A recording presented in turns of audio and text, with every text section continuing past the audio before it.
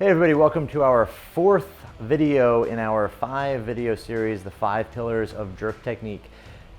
Today we're going to go over the split, okay? We've already gone over the start position, the dip, the drive, now the split.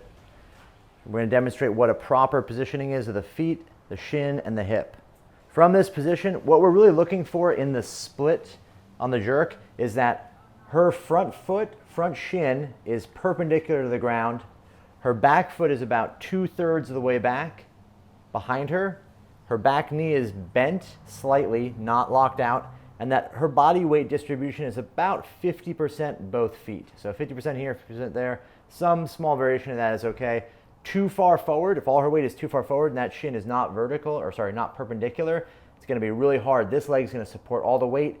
Generally, everything's going to be difficult to recover from there. If she's leaning way far back in this position, it's going to be very unsafe on her low back. There's going to be too much pressure coming down there. And then the third mistake, if her leg is totally locked out, she ends up putting herself in a position where her back is going to be arched. She can put a lot of excess pressure on that. It acts like a brake almost, forcing, kind of jamming everything up into your back. It's definitely not something we want to have. When you land in the split, we talk about a lot is a high hip position. So in this position right here, if she was to bend her knee too much, she's gonna have a low hip position, meaning that it's almost like a lunge. Too much pressure on this leg. This is not very stable here. So we wanna have is that she pushes her hips up when she lands.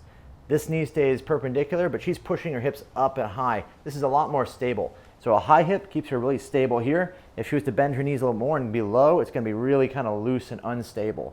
Way better to be rigid when you catch the weight than kind of soft and soggy. Which direction to point the feet is also really important.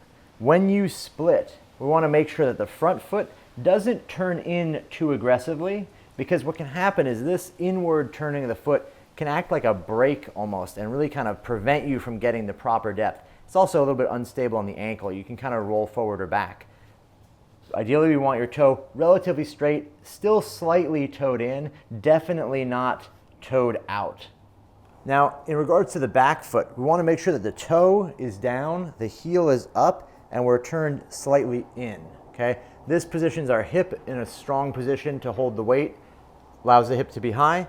It also prevents us from having our foot flat and turned out. The worst thing we can have here in the jerk is that our foot is flat and the toe is pointed out. This puts our knee in a really compromised position, because if her toe is out, this knee now has a lot more lateral pressure against it this direction. Really not a safe or strong position for the knee joint. Okay, so toe down, heel up, knee slightly bent. So in conclusion, on the split, we went over 3 main things. Number 1, where the feet go.